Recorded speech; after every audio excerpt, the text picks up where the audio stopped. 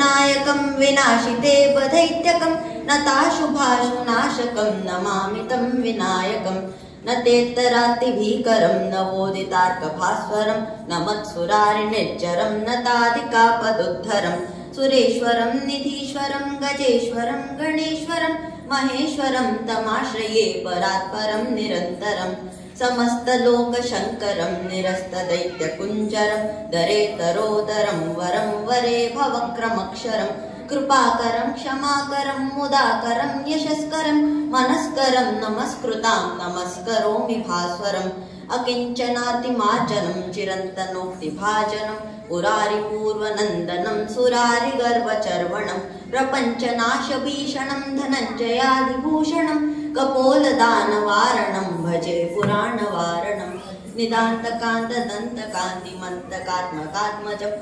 अचिन्त्यरूपमन्तहीनमन्तराय कृन्तनं हृदन्तरे निरन्तरं वसन्तमेव योगिनां तमेकदन्तमेव तं विचिन्तयामि सन्ततम्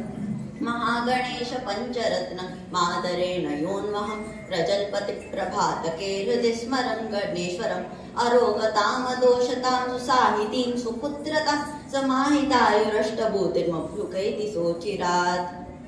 गणनायकाय गणदैवताय गणाध्यक्षाय धीमहि गुणशरीराय गुणमण्डिताय गुणेशानाय धीमहि गुणातीताय गुणाधीशाय गुणप्रविष्टाय धीमहि एकदन्ताय वक्रतुण्डाय गौरीतनयाय धीमहि गजेशानाय भालचन्द्राय श्रीगणेशाय धीमहि एकदन्ताय वक्रतुण्डाय गौरीतनयाय धीमहि गजेशानाय भालचन्द्राय श्रीगणेशाय धीमहि गाणचतुराय गाणप्राणाय गाणान्तरात्मने गाणोत्सुकाय गाणमत्ताय गाणोत्सुकमनसे गुरुपूजिताय गुरुदैवताय गुरुकुलस्थायिने गुरुविक्रमाय गुह्यप्रवराय गुरवे गुणगुरवे गुरुदैत्यकलक्षेत्रे गुरुधर्मसदाराध्याय गुरुपुत्रपरित्रात्रे गुरुपाखण्डखण्डकाय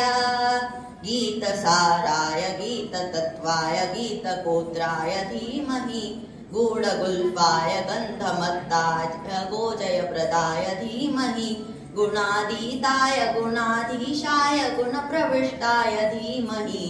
एकदन्ताय वक्रतुण्डाय गौरीतनयाय धीमहि गजेशानाय भालचन्द्राय श्रीगणेशाय धीमहि